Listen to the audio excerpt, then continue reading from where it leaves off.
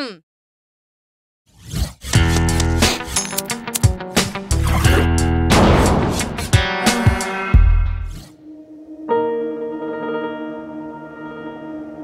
morals decline and good men do nothing, evil flourishes.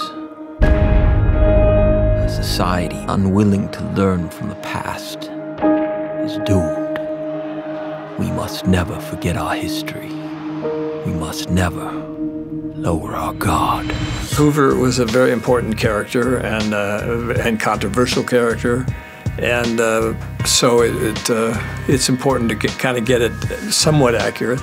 I always looked at him as a man that was shrouded in great mystery, but he was this iconic bulldog American figure that was the face of the FBI, the great protector in our country. But obviously he did some pretty deplorable things professionally. I was actually more familiar with his sort of nefarious reputation. Like there were stories that were sort of bounced around the family about him, you know, hating my great-grandfather and like going through his trash and having agents follow him, and he was convinced he was a spy, like all those kinds of things. So I was familiar with that stuff more so than I was how patriotic he was, for example, or anything like that. So when I read the script, instead of being like, I'm so surprised he did all these things, it was more like, wow, it's true, interesting. You will rise to be the most powerful man in the country.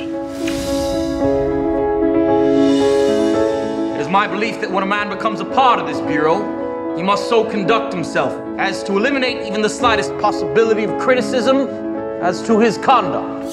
At 22 years of age, to create the Bureau of Investigation, later to become the Federal Bureau of Investigation, to create that and an organization that wasn't even a police force, that they weren't even allowed to carry guns or anything. They were just an investigation group, and build it into what it is today.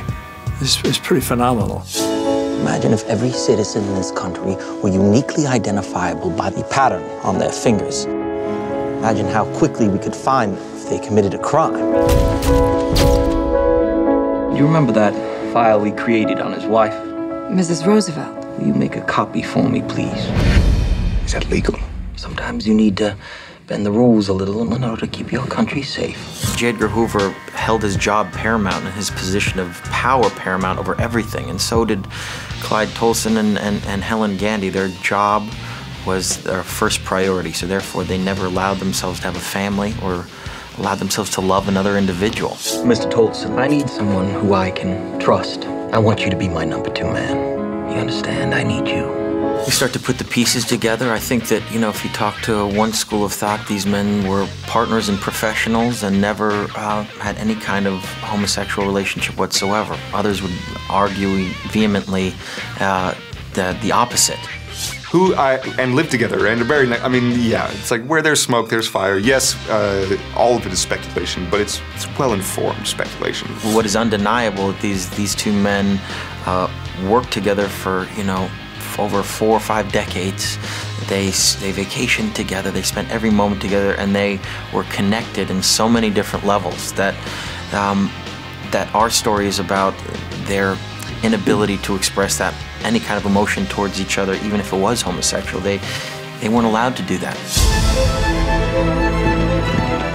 Please leave the transcripts here with me. Feel free and share them with your brother, Mr. Kennedy. Let him know that I have a copy of my own. The president is afraid. All the admiration in the world can't fill the spot where love goes. We are the sinners, Edgar. We tolerated lawlessness in the land until it grew to diabolical proportions. The blood is on your hands, Edgar. What are your exact qualifications for your position of leadership in this bureau? My qualifications, sir? I don't know who I can trust anymore. I see right through you. You're a scared, heartless, horrible little man.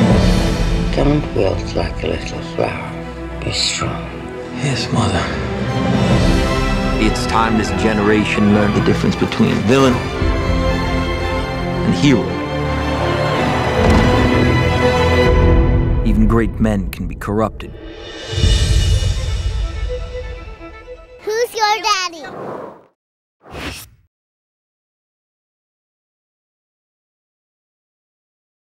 It's no good when you tease me.